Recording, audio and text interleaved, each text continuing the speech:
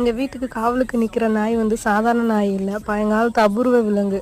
முட்டையிடாத ஒரே காரணத்துக்காக இந்த வீட்டில் இருக்கிற விலை மதிப்பற்ற அபூர்வ விலங்குகளை எப்போ வேணாலும் கிரேவி பண்ணி சாப்பிட்ற நிலைமையில தான் வச்சிருக்காங்க. உலகத்தையே படைக்க பயன்படுத்தப்பட்ட அந்த புனிதமான துடப்பத்தை வச்சுதான் இங்க கோழி எச்சங்களையும் நாய் பாத்ரூமையும் கிளீன் பண்றாங்க. 10,000 வருஷம் பழமையான அபூர்வ இஞ்சி இங்க எல்லாம் சாதாரண முள்ளிங்க மாதிரி ஓரமா போட்டு வச்சிருக்காங்க.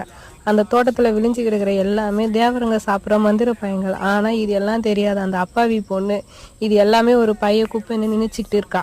அப்ப அந்த வையா ஒரு பெரிய கோடீஸ்வரனோட பையன் அங்க வரான். பாவம், அவனுக்கு 2 காலும் வரல, சக்கர நாற்காலியில் தான் வரான். ஆயிரக்கணக்கான வருஷமா மறைஞ்சு போயிருந்த அந்த பயத்தை பார்த்ததும் அவனுக்கு எச்சு ஊறுச்சு.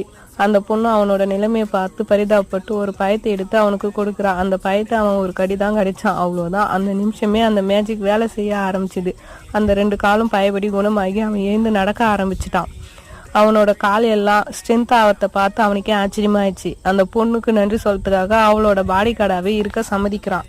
ஆனா அந்த பொண்ணு அவங்ககிட்ட, என்கிட்ட உங்களுக்கு சம்பளம் கொடுக்க பணம் இல்லை, வேணும்னா சாப்பாடும் தங்கறதுக்கு இடமும் தரேன்னு சொல்றா. அந்த பையட்டையும் அங்க இருக்கிற அபூர்வ மூலிகையும் சாப்பிடலாம்னு நினைச்சதும் அந்த பையனுக்கு பயங்கர குஷி. நீங்க எனக்கு சம்பளம் வேணாம், தர வேணாம், நான் வேணா உங்களுக்கு மாசம் மாசம் சம்பளம் தரேன், தயவு செஞ்சு என்ன உங்க பாடி கார்டா சேர்த்துக்கணும்னு கெஞ்சிரான்.